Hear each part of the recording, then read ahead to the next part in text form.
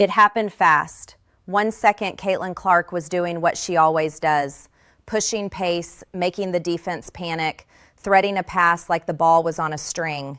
And then, pain.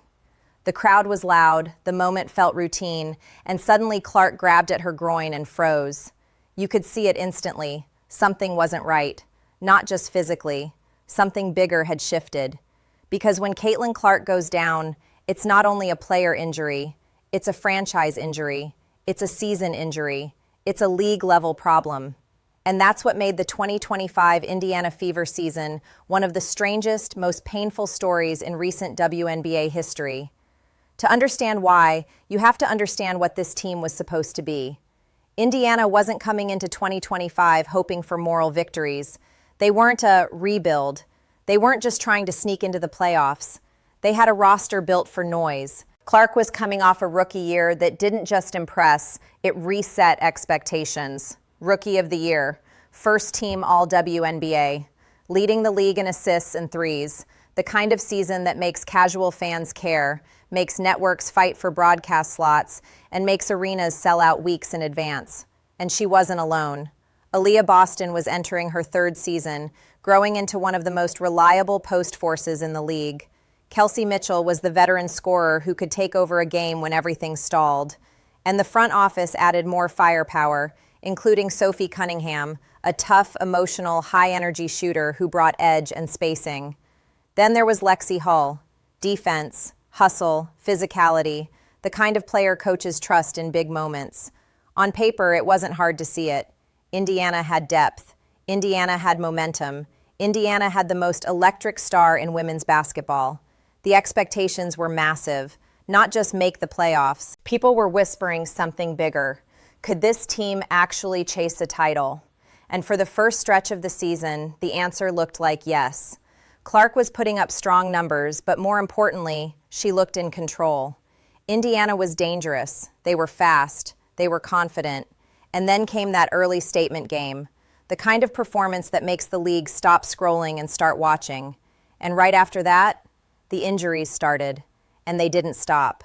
Next, we break down how this didn't begin in July. It started before the season even settled in, and why the warning signs were there long before the collapse. And if you're enjoying this Fever breakdown, subscribe to Ball Pool, because this story gets way darker from here. Here's the part that makes the 2025 Fever season feel so haunting. This didn't start with one big injury in July. It started quietly, before the season even had time to breathe. During the preseason, Caitlin Clark missed time with what was described as tightness in her leg. Nothing dramatic, nothing that made headlines. Most fans barely noticed. And honestly, why would they? Clark had built a reputation as iron. At Iowa, she rarely missed time. In her rookie WNBA season, she absorbed physical defense every night, the kind that looked exhausting even on TV, and still kept showing up. Her durability became part of her identity. So when the Fever treated it like precaution, everyone nodded and moved on. But then May arrived, and the first real blow landed. A left quad injury forced Clark to miss multiple games. Indiana adjusted as best as they could. Mitchell took on more shot creation. Boston carried the interior. The Fever tried to keep the offense functional without the engine that made it elite. Clark returned, and for a moment, it felt like the worst was behind them. But that's what made the next injury so brutal. Late June, the groin issue showed up. And once a groin injury enters the chat, everything changes. It's not like a bruised knee or a sore ankle where you can tape it up and power through. A groin sprain affects every movement: acceleration, deceleration, lateral cuts, even basic balance. Clark missed more games, and she missed the moments fans were desperate to see.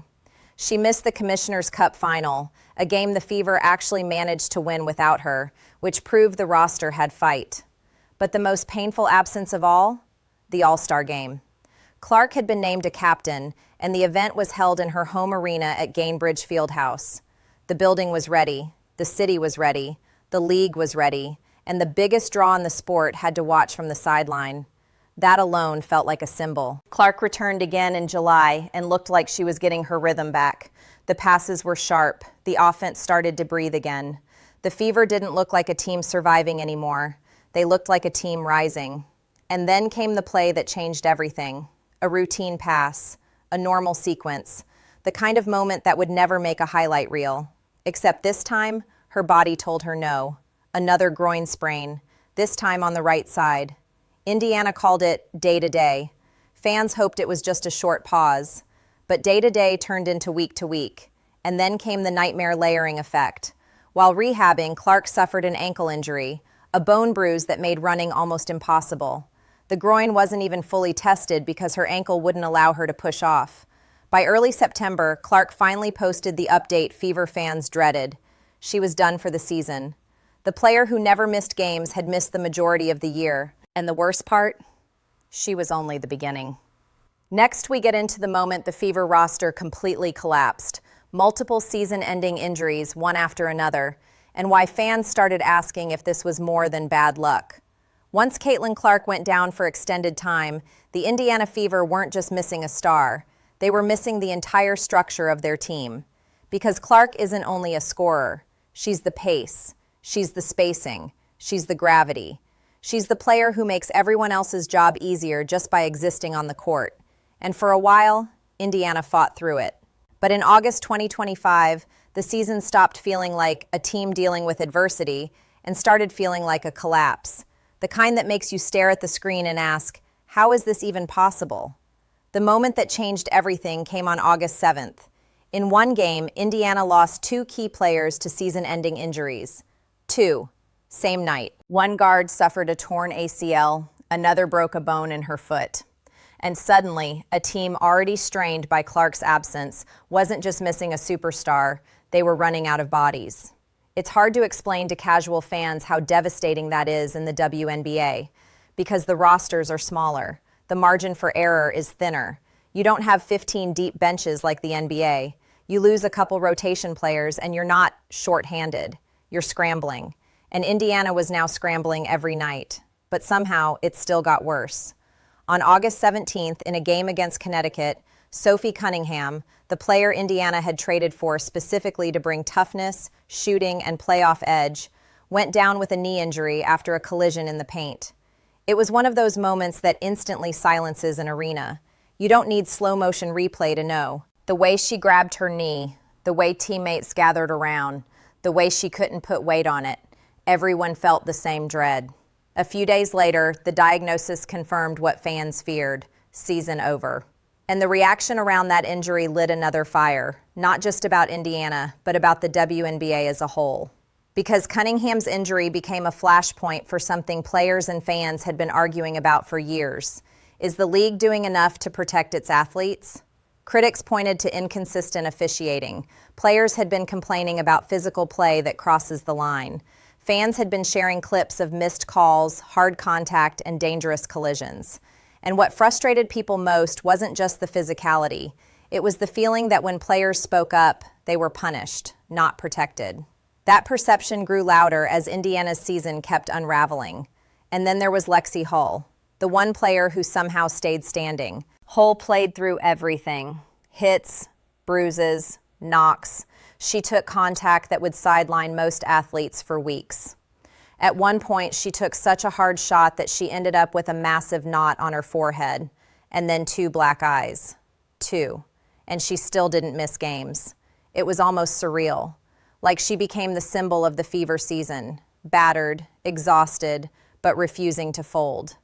By the end of August, the Fever weren't just injured, they were unrecognizable. And fans weren't just sad anymore. They were angry, because it wasn't only about bad luck. It felt like the sport's biggest rising team was being physically broken in real time, and the league's response felt too quiet for what was happening. Next, we get into the bigger question. Was this just injuries, or was this a player safety and officiating crisis the league didn't want to address? By the time September arrived, the 2025 Indiana Fever season wasn't just a story about injuries anymore. It became a story about what happens when a league's biggest spotlight meets its weakest infrastructure. Because Indiana didn't lose one player, they lost multiple rotation pieces. They lost their newly acquired shooter. They lost their backcourt depth. And most importantly, they lost Caitlin Clark, the single biggest engine of attention the WNBA has ever had for most of the year. And what made people furious wasn't just the bad luck, it was what happened around it. Fans and players started asking the same uncomfortable question. Was the league doing enough to protect its athletes? Now, to be fair, injuries happen in every sport. Basketball is physical. Collisions are inevitable. No one can fully prevent a torn ACL or a freak fall. But the Fever's situation didn't feel like normal basketball injuries. It felt like a roster getting slowly dismantled by repeated physical punishment, while the officiating and player protection conversation stayed stuck in the same place it's been for years. That's where the anger came from. Because across the season, the criticism wasn't subtle. Too many missed calls, inconsistent whistles, too much dangerous contact, not enough accountability. And what made the conversation explode was the perception that the league's response wasn't urgency, it was discipline. Multiple times over the years, WNBA players have been fined for publicly criticizing officiating. That's not unique to this league. The NBA does it too.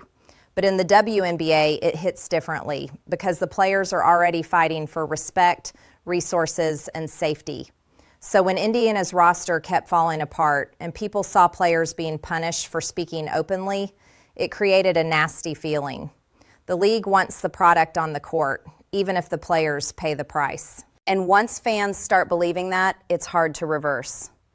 The Fever injuries became a lightning rod because Indiana wasn't just any franchise in 2025. Indiana was the league's most watched team. Indiana was the team selling out arenas. Indiana was the team driving ratings, so the silence felt louder. There were no major public statements that matched the severity of what was happening, no visible league-wide initiative that fans could point to and say, okay, they're taking this seriously. Instead, the season played out like a slow bleed. And while Caitlin Clark's season-ending announcement was graceful and professional, you could feel the heartbreak underneath it. She talked about rehabbing for hours, about hoping for better news, about disappointment not being a strong enough word. And for Fever fans, that message felt like confirmation. The dream season was gone. But here's the twist in the story that doesn't get enough credit. Indiana didn't quit. They could have folded. Most teams would have. They had every reason to tank, to protect their bodies, to treat the season like a loss and move on. Instead, they fought. And somehow, even after all of it, they still made the playoffs. That's where we cover the most shocking part of this story, how Indiana survived, how Mitchell and Boston carried the team, how Lexie Hull became the face of toughness, and why the Fever might have built something stronger than a Caitlin Clark team.